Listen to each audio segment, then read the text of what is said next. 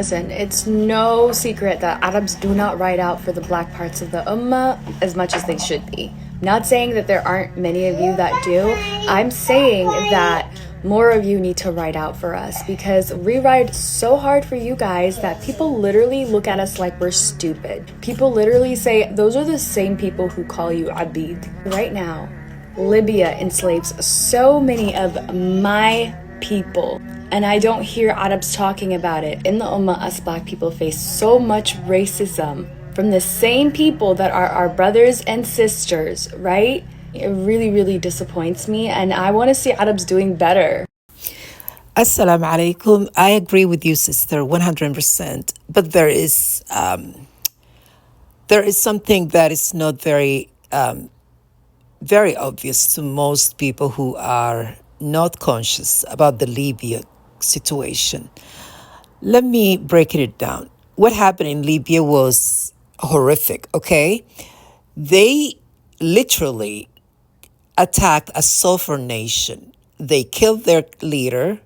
They created chaos that has been funded and orchestrated by the CIA and the NATO for many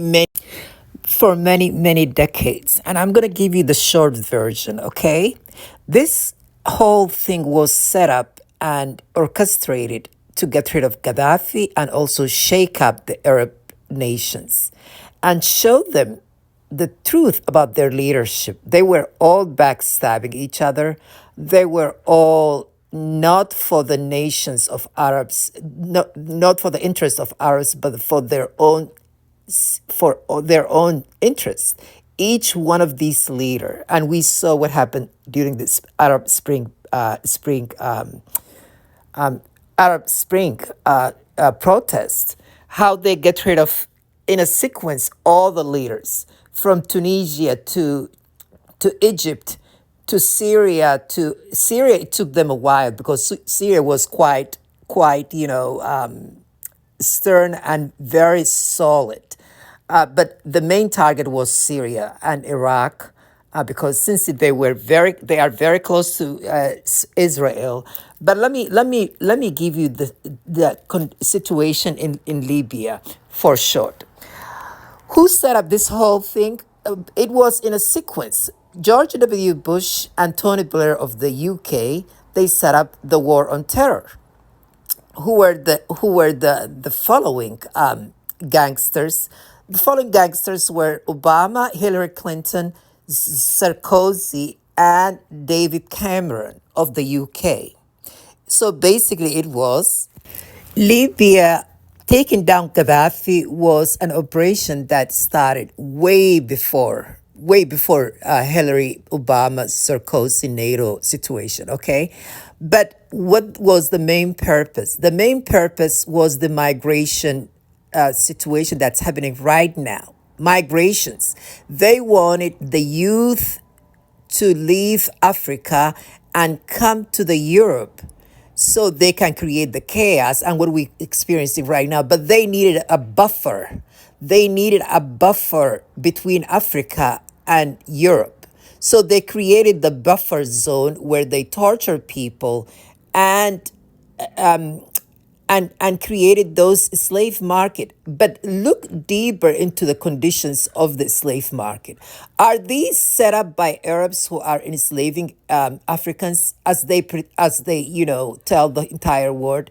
Yes and no. Yes, because they are human traffickers, including some Somali men, by the way, and Sudanese and Eritreans who work with these operations. These are human trafficking criminals, okay? But the Arabs, they wanted to divide Africa into set groups of ethnicity. So they already started people creating, this narrative we hear on social media. Somalis are not black, to divide between blacks, even among blacks. This is CIA 101, okay? So basically what I'm trying to say is the Arab condition of the North Africa and the African, they needed to divide them. So they started these buffer zone to create chaos and dilemma where Africans are being tortured, but who are experimenting on these torture conditions? It's the CIA, because the CIA already had a torture prison, secret prison all throughout the world, the war on terror. So they realize the war on terror will come to end, and people will realize this is not a war, this is fabricated war on terror. This was just an excuse to destroy Middle East for Israel, for the greater Israel project. But what do they need next? Their next torture prisons to experiment on human. And by the way, this is very much so related to the torture that I experienced right here in the US. They test weapons on these torture subject. They are beating them up. They are torturing them, physically torturing them. But at the same time, there are hidden forces that we don't see. The military, the US military and NATO and the CIA and all these intelligence agencies are linked to this for medical and AI torture experimentation. Trust. Remember, Gaddafi funded Nicolas Sarkozy of French presidential campaign for his elections, and is the same guy who turned around and participated the takedown of Gaddafi. These are demons. Nicolas Sarkozy, the Jewish Zionist president of France, he was a demon. Look at his picture, okay? I included all of their pictures in here for a reason. Look at that guy's picture. He's the typical demon, okay? But let me tell you something. Taking down Gaddafi was a huge accomplishment for them, because what it created is Gaddafi was the link between Africa and the North Africa. He was the leadership that linked Black Africans to the Arabs. We used to have another one also, Jamal Abdel Nasser of Egypt. He also was what linked Somalis and Sudanese Black Arabs to the Arabs. And I say Black Arabs, Somalis are not completely Arabs, but we do have Arabs among us. But Sudanese have a huge chunk of them that are actually Arabs, and they have Arabized Africans.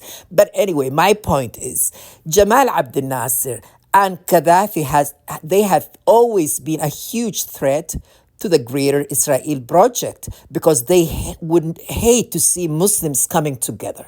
So the Arabs themselves are not united, sister. So it will be very unfair to blame entire Arabs. I grew up in an Arab country. I grew up in Egypt, which is an Arab and African country, okay? Never experienced racism in my entire time I grew up in Egypt. And I grew up there when I was a child.